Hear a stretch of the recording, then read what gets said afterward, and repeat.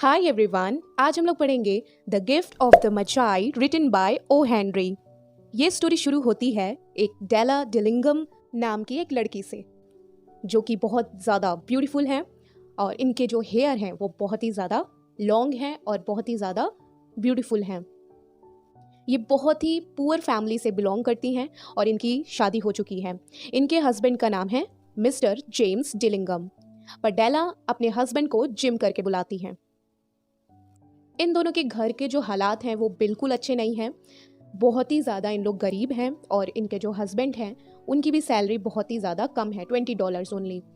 और घर में ना इनका जो डोर बेल है वो भी बहुत ज़्यादा ख़राब है और इन लोग बहुत ही ज़्यादा पुराने कपड़े पहनते हैं और इनके ना घर में एक मिरर भी नहीं है जिसमें वो अपनी शक्ल देख सकें। अब क्या होता है, ये जो डेला है ना, अगले दिन क्रिसमस होता है और ये सोचती है कि मैं अपने हस्बैंड को क्या गिफ्ट दूं, क्योंकि मेरे पास ना $1.87 हैं और इतने डॉलर्स में कोई भी गिफ्ट नहीं आएगा। तो ये बहुत ही ज़्यादा परेशान होती है और सोचने लगती है कि मैं क्या करूं, मैं ऐसा क्या करूं कि मैं अपने हस्बैंड के लिए बहुत ही अच्छा सा गिफ्ट खरीदूं।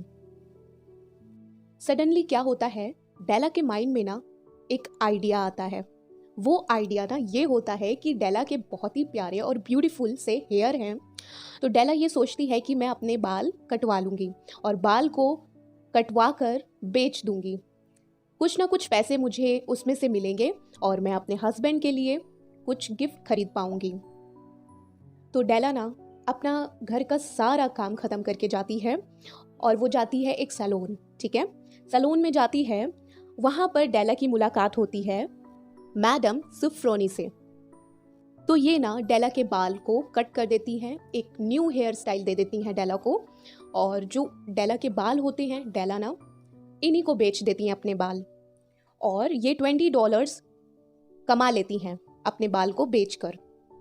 अब डेला के पास $20 आ चुके हैं, तो जो टोटल अमाउंट होता है डेला के पास वो होता है 21.87। ठीक है, तो डेला मार्केट चली जाती है और मार्केट घूमती है। वो सोचती है मैं क्या करूं, मैं अपने हस्बैंड को कौन सा ऐसा गिफ्ट दूं जो सच में मेरे हस्बैंड को नीड हो। वो बहुत सोचती है और पूरा मार्केट वो घूमती है। सडनली उसको याद आता है कि जो जिम था ना, जो इसका हस्बैंड था, उसको उनके ग्रैंडफादर ने एक गोल्डन वॉच दी थी, तो उसकी चेन ना टूट गई थी। और कैसे मेरे हस्बैंड गोल्डन वॉच को एक लेदर के पट्टे से बांध करके काम चलाते हैं, इसलिए मैं ना एक प्लैटिनम की चेन अपने हस्बैंड को गिफ्ट करूंगी। वो जाती है और शॉप में जाती है, शॉप से वो एक प्लैटिनम की चेन लेती है, पैक करवाती है और घर वापस आ जाती है।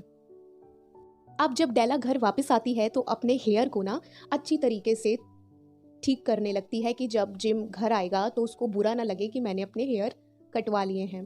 तो डेला ना अपने हेयर को अच्छी तरीके से कैप लगाती है और अच्छी तरीके से उसको तैयार करती है, बालों को सेट करती है।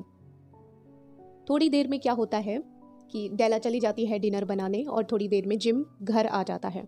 जब जिम घर आता है ना और डेला को देखता है तो जिम का रिएक्शन बहुत ही ज़्यादा अजीब होता है। वो एकदम शॉक्ड हो जाता है डेला को देखकर। उसका रिएक्शन ऐसा होता है कि वो ना ही दुखी होता है और ना ही वो खुश होता है, और वो एकदम शॉक्ड हो जाता है देखकर। डेला आती है और पूछती है क्या हुआ, कैसे लग रहे मेरे हेयर। जिम कुछ भी नहीं बोलता और वो ना अपने पॉकेट में से गिफ्ट निकालता है और अपनी वाइफ को दे देता है। वो कहता है डेला से कि इसको खोलो। जब डेला उस गिफ्ट को खोलती है तो उस गिफ्ट के अंदर ना बहुत ढेर सारी कॉम्स होती हैं, कंघी होती है। डेला समझ जाती है कि तभी जिम का रिएक्शन ऐसे था, क्योंकि ये जो कॉम थी ना वो डेला को ना बहुत पहले चाहिए थी। मतलब डेला के मन में एक डिज़ायर था कि मुझे ऐसी कॉम चाहिए, और फाइनली जब जिम डेला के लिए ये कॉम लेके आता है तो अब डेला के बाल ही नहीं है जिसमें वो कॉम करे, इसलिए जिम का रिएक्शन कुछ ऐसा हो गया था। अब डेला को भी याद आता है कि मैंने भी जिम के लिए ना गिफ्ट खरीदा है। वो जाती है और गिफ्ट लेके आती है और अपने हस्बैंड को देखती है। जब जिम वो गिफ्ट देखता है और जब लेता है और खोलता है तो वो ना गिफ्ट के अंदर क्या होता है, प्लैटिनम की चेन होती है। तो वो ना थोड़ा सा स्माइल करता है और वो बोलता है डेला को, तुम्हें पता है मैंने अपनी गोल्डन वॉच बेच दी, इसलिए बेची क्योंकि मेरे पास इतने पैसे नहीं थे कि तुमको ना गिफ्ट लेके दूं, इसलिए मैंने अपनी गोल्डन वॉच बेच दी और तुमने अपने हेयर कट करके उसको बेच दिए क्योंकि तुमको मुझे गिफ्ट देना था। तो इससे ये साबित होता है कि हम दोनों एक दूसरे से कितना प्यार करते हैं। यहीं पे हम लोग की शॉर्ट स्टोरी फिनिश होती है। अब आपको यहाँ पर कुछ ये लग रहा होगा कि इस शॉर्ट स्टोरी का नाम द गिफ्ट ऑफ द मचाई क्यों है। एक्चुअली इसका नाम ऐसा इसलिए है क्योंकि कहा जाता है 3 वाइस मैन थे पहले, ठीक है, और जब जीसस क्राइस्ट का बर्थ हुआ था, जब उन्होंने जन्म लिया था, तो वो वाइस मैन गए थे जीसस क्राइस्ट को गिफ्ट देने।